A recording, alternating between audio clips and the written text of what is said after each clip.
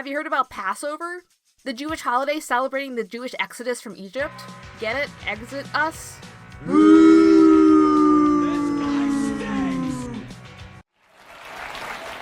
We could have gone with a freedom-themed festival, or instead we chose to focus on the slavery part of the dinner. We Jews eat flatbread that doesn't taste like anything. Hey, Chucky, I'm hungry. How about some of that bread you baked?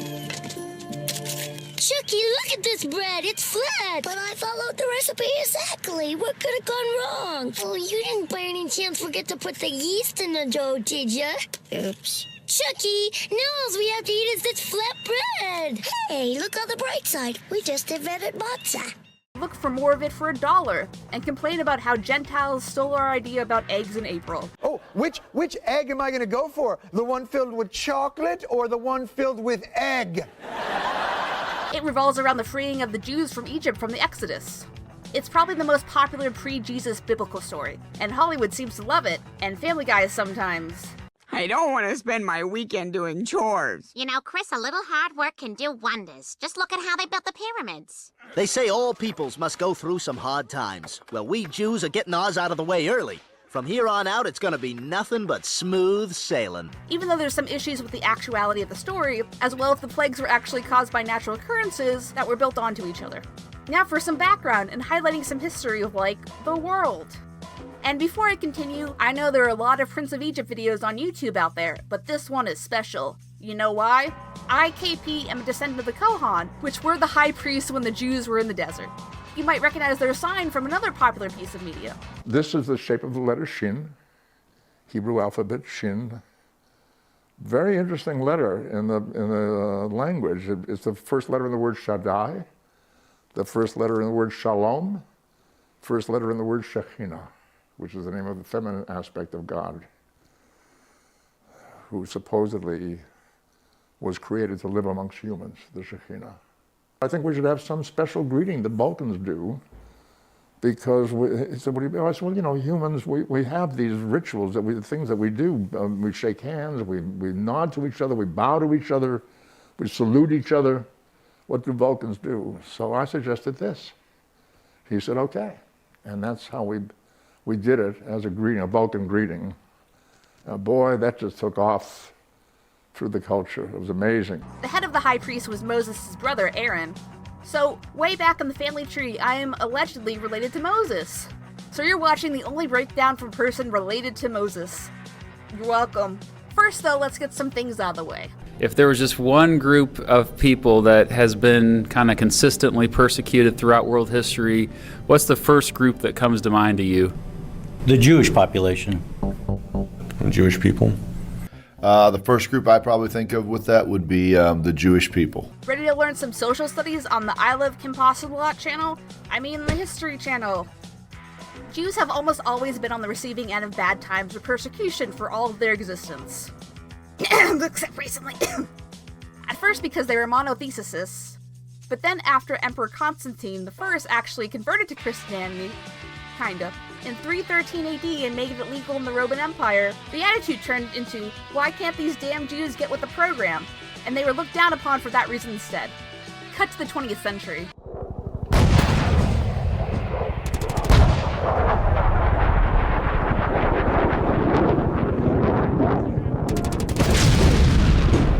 In American media, though, the Jews run the media stereotype while being prefaced by this fucking clown. What I don't understand about this Kanye stuff is if Jews do control the media, then how are we still seeing a new interview with Kanye every day?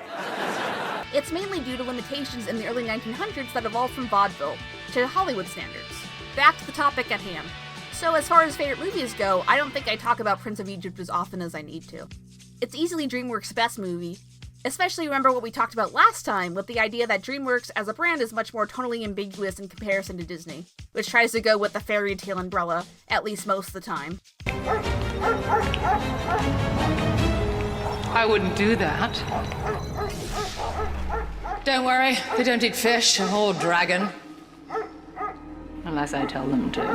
1900s villains with medieval villains. Yeah, that fits. Thanks, Once Upon a Time. Ding dong! It's America, motherfucker! Did you practice that line in the car on your way here? What the fuck is a car? This is a project headed by arguably one of the most famous living directors, Steven Spielberg. Cool guy extraordinaire. Spielberg made some stuff. Google it. Including that really sad movie about World War II. What? What did I do? How could you? How could I what? You were making out during Schindler's List? No. Don't lie, Jerry. He originally pitched it to Disney, but they were uncomfortable making a movie with such religious themes. Which is a little ironic considering this. Just trying to help her father. But if she's discovered, Bajou will be forever shamed. Dishonor will come to the family. Traditional values will disintegrate. Not to mention they'll lose the farm. And especially this. Is this an audience or a mosaic? Hey, how you doing? Looking good. Nice dress. I guess no currently active Western religions, eh? So Spielberg turned to his good friend, fellow Jew, and petty asshole, Jeffrey Katzenberg, who founded Dreamworks Animation together. That's what those letters under the logo are. That's what they are, and then this third guy. Well, they made Ants before that, but that was more of Katzenberg's petty asshole idea to try to rip off A Bug's Life. Didn't really work out too well. Even though A Bug's Life is probably one of Pixar's weakest movies, it still did better than Woody Allen Ant. Ugh, gonna have nightmares. I'd like to use my platform to say something that everyone of all races can agree on. Woody Allen is innocent. In contrast to that, The Prince of Egypt is an art movie made for art's sake. And I think that's why it stood the test of time better than, like, most of DreamWorks movies, let's be honest. B-movie. You like jazz? Everything from the character development, to the balance and colors used in each shot, to the overarching story is meaningful and done with intent. Compare this to DreamWorks' other animated films with stylized humans. The Road to El Dorado, which I think is more of a fun movie that has issues with tone, is a little bit more adult than you'd expect. Whoa! My lords? Did you see that? Whoa! My lords? You know, for kids! But Sinbad, I think, is totally underrated. Just go watch both of them, they're still good. Anyway, there was much more pressure to make The Prince of Egypt a good movie because of the failure of Ants, and we'll start there. They got a great cast that includes Voldemort, Jeff Goldblum. Life, finds a way. Top Gun guy is Moses. I feel the need for speed. And Martin Short and Steve Martin. Yes, that Martin Short. Yes, I am out of my mind. Squid? No. Yes, that's Steve Martin. Well, we're not like any other family in the neighborhood. Yes, that Martin Short and Steve Martin. We have problem. Hunt is not now. We want proper chicken. He doesn't what? Someone literally just saw Father the Bride and thought, what about those guys? What are they doing? Fancy meeting you here. So the core plot of the movie centers around these two brothers, Moses and Ramesses. Spoilers for the Bible, I guess. Moses was found in the Nile River after the Pharaoh ordered all new Hebrew males, so that's why Aaron gets a pass, Convenient. to be thrown into the Nile. Genocide! The Bible is a dark, dark place. Man, who turned out the lights?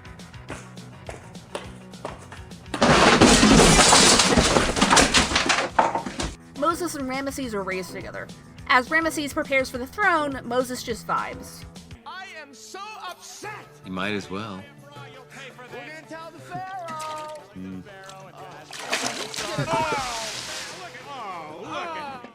Once Moses is confronted with the fact that he's probably related to the slave population, Jewish people, he goes to ask Patrick Stewart about it. Patrick Stewart confirms this in the most racist way ever. They were only slaves. He's gonna get canceled next, I know it. Moses then runs away to the desert like Simba did, and meets his wife there, just like Simba did. Very confusing stuff.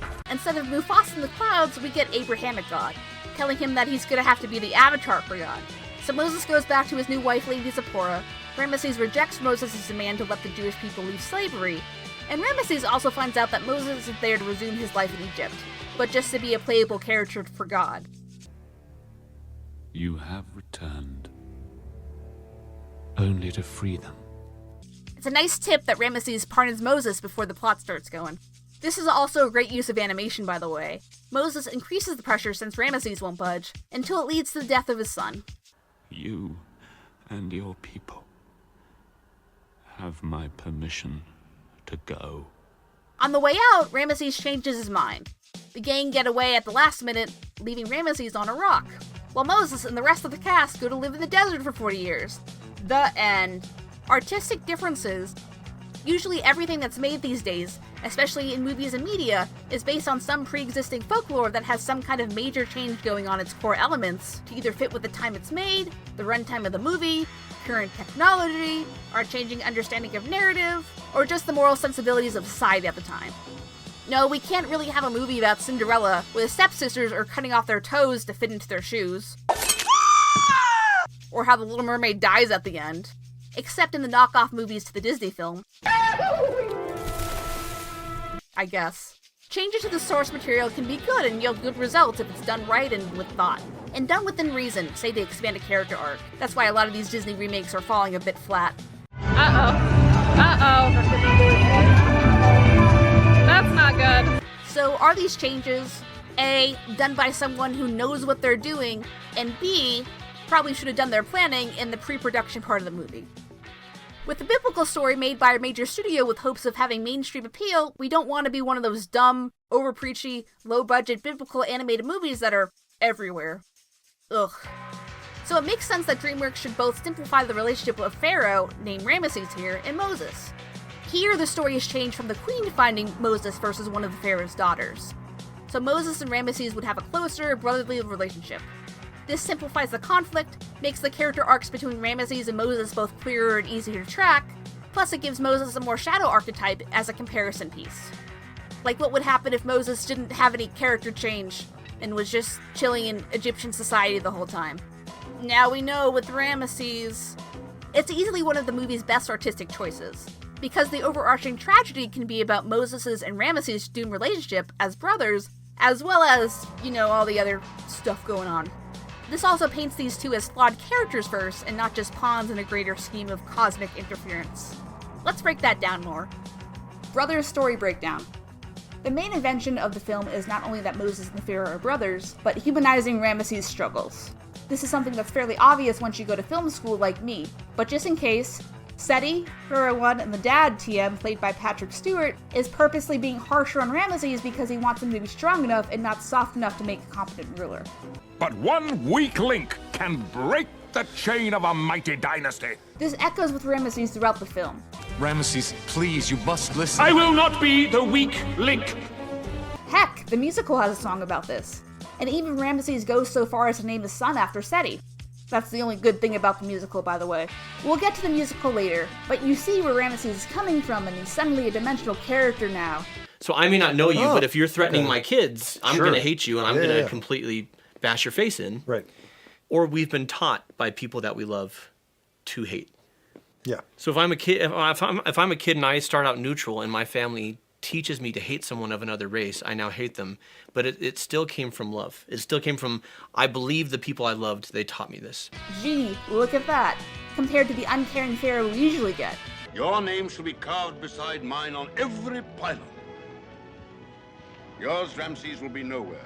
Moses, in general, has always been kind of flip-floppy as a character as far as what he wants. I guess I'm just here to actively support God's plagues. But here, he's deeply hurt by the main conflict of the movie, where he has to figure out and go against Ramesses, knowing it will cost their relationship. The ring is a good symbol of that. In the first act, Ramesses gives Moses this ring, not only granting him responsibility, but also a symbol of Ramesses' trust and friendship. Later, in the desert, when Moses is taking off all his Egyptian clothing, he keeps the ring, showing the relationship is still important to him, but he finally takes it off once he commits to his role as a savior in the palace. Moses and Ramesses' bond is what the chariot scene mainly establishes. It also establishes how close and playful they are to each other. Still kind of reckless, and puts into motion the other stuff I talked about. Come on, Moses, admit it, you've always looked up to me. Yes, but it's not much of a view. Why do they keep on making movies after this?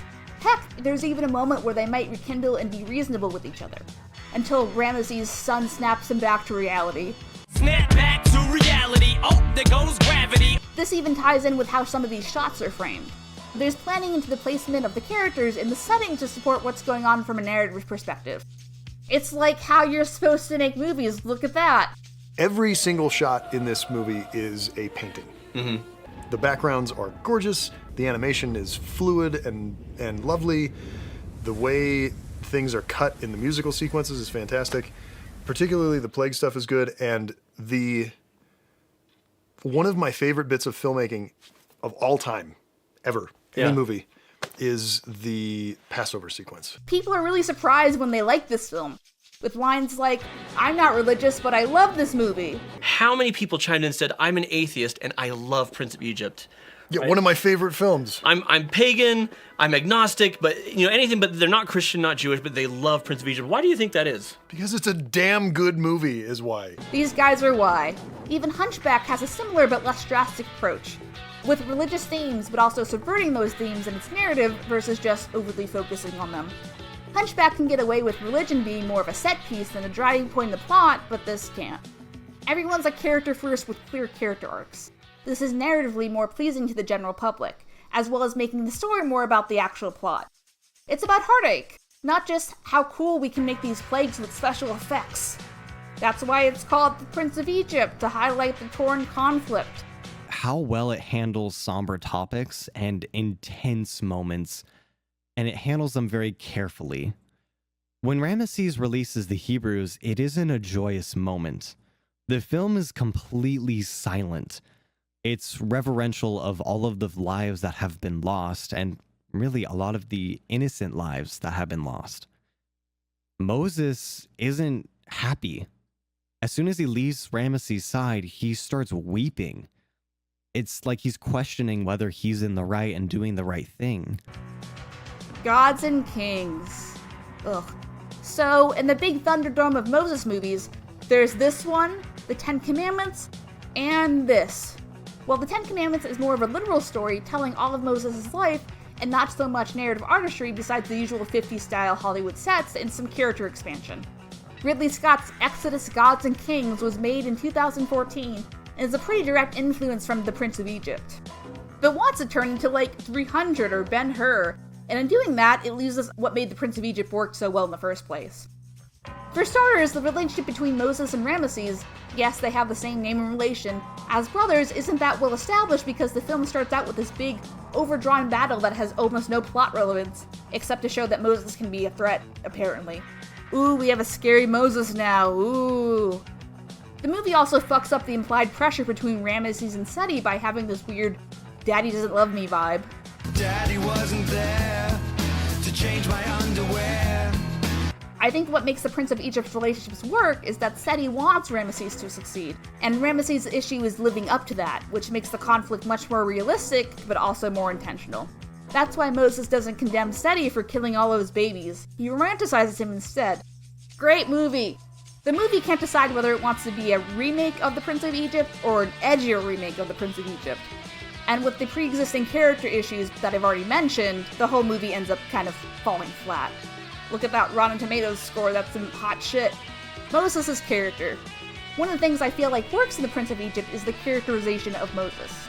He's clearly defined as someone who is soft, privileged, but still in a position to understand the hardships going on around him. He has to, in order to be empathetic enough to even notice the problems in the first place. One of the defining moments both in the source material and the animated film is that he accidentally kills an Egyptian guard while saving an old man. That's what prompts him to run into the desert. That's what even starts the song, Look Through Heaven's Eyes, which is a banger, by the way.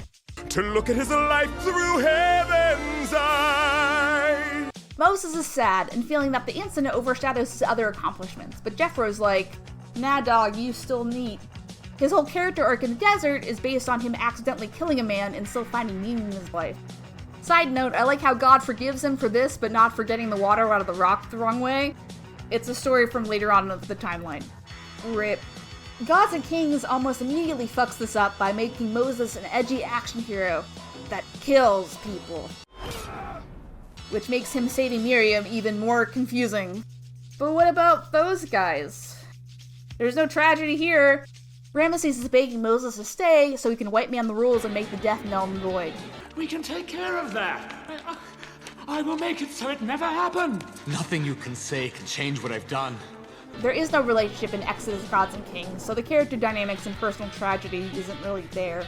How are you going to characterize God?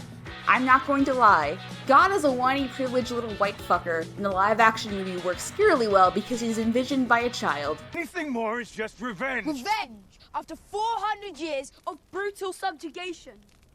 These pharaohs who imagine they're living gods, they're nothing more than flesh and blood. I want to see them on their knees, begging for it to stop! In comparison to more modern Christian interpretations of a loving, kind, biblical God, or how he's usually portrayed in any work around the Old Testament. I am the Lord thy God. Thou shalt have no other gods before me. I think, out of all the aspects of God and Kings, this is the creative aspect that works in the grand scheme of things. So God is mad about the state of humanity and he's like, let's just do a war on the Egyptians. I want war, I want war, I want the whole world. I want to knock it off. Until Moses tells him that's not the best idea. Fine. I'll do it myself. It's one of the few aspects of the gods and kings that I liked, but I can understand how it comes off as oof to many people, as a sign of disrespect or dismissal of the Abrahamic God. That's why the movie builds up the way it does, to kind of prepare the audience that it could just be Moses for misunderstanding his visions or something. Compare this to The Prince of Egypt, which has an interesting approach I don't think was displayed in any media. God is voiced by Val Kilmer, the guy who's currently voicing Moses, so this plays with the "in his head" vibes in a different way. And at the very least looks pretty and artistically balances the God that has to be God, in order for the story to work, and the harsher God throughout other media. Again, remembering tone and meaning in the overarching story can help you piece together your narrative. But what about the last plague? I'm not going to lie, there's a lot of internal and external debate about the last plague, which is the killing of the firstborn children of Egypt, mostly because these children are an innocent party in the Moses versus Ramesses debate. There are several ways to look at this, and not justify it, but have it fit into the narrative. What I really like about Prince of Egypt that it makes it pretty clear that most of the fault for this is Ramesses. And one of the best scenes in the movie is the foreshadowing warning, complete with dramatic lighting to really drive home the point it's trying to make. My father had the right idea about how to deal with your people. Ramesses. And I think it's time I finished the job. Ramesses. And there shall be a great cry in all of Egypt, such as never has been or ever will be again. Hell, even the staging is important, showing Ramesses going from being above Moses to at his level and then separated again. And of course how the scene ends. Ramesses, you bring this upon yourself. It's a great scene that really hones in the inevitable. Alright, I guess this is the night bitches die. The other more common way is that it fits with God's character at the time. Remember, this is the God that wanted to delete his search history and just start over again. There's also the story of Isaac, even though he was spared. Yea, and God said to Abraham, "You will kill your son Isaac." And Abraham said, "I can't hear you. You'll have to speak into the microphone." There are other arguments, like these vibes. When I say I brought you into this world, and I can take you out. As well as the hypocrisy of the Egyptians doing something similar at the beginning of the movie. Some Egyptian children were even spared. God has rights over life that we don't understand in the film's narrative. And all the Egyptian children are in heaven somewhere, I guess. None of these are the best answers, but hopefully some of them help shed some light over this big bad plague. The music! I am obsessed with this soundtrack. My favorite songs personally being Through Heaven's Eyes and The Plagues. I even know the little whispering stuff at the beginning. The Plagues is like the best song in the movie. I don't think there's been a soundtrack more influential to me than this one. Maybe with the exception of some of my other favorite films. I hate to say it, but I Just Can't Wait to Be King is kind of for kids.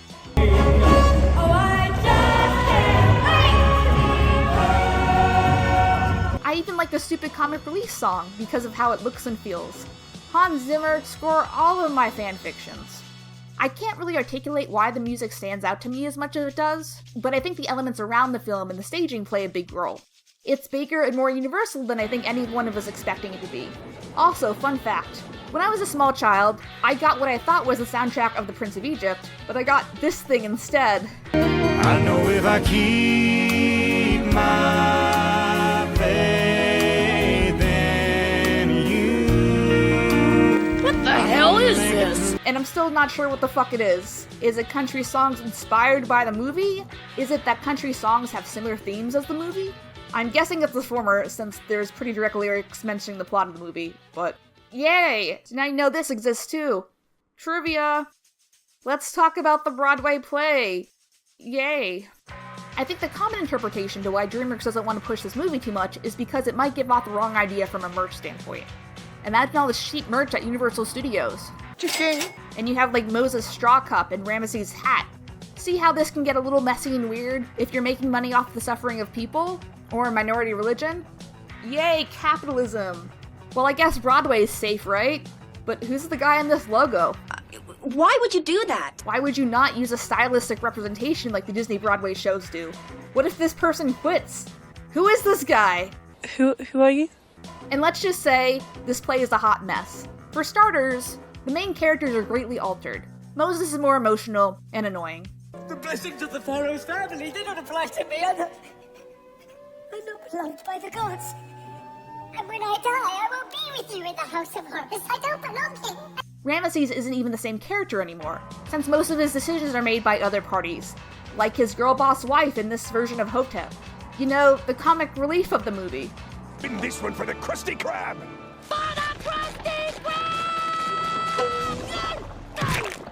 Win this one because I told you to. Because you told me to! It's like, what if one of the hyenas was the main influence to why Scar was doing what he was doing? That doesn't make any sense, right? Miriam talks like she's trying to sell you that power of God. I know that people are always laughing at me, saying I'm crazy, but God has given me visions. Said he speaks like William Shatner for some reason. The only one I like is Sephora.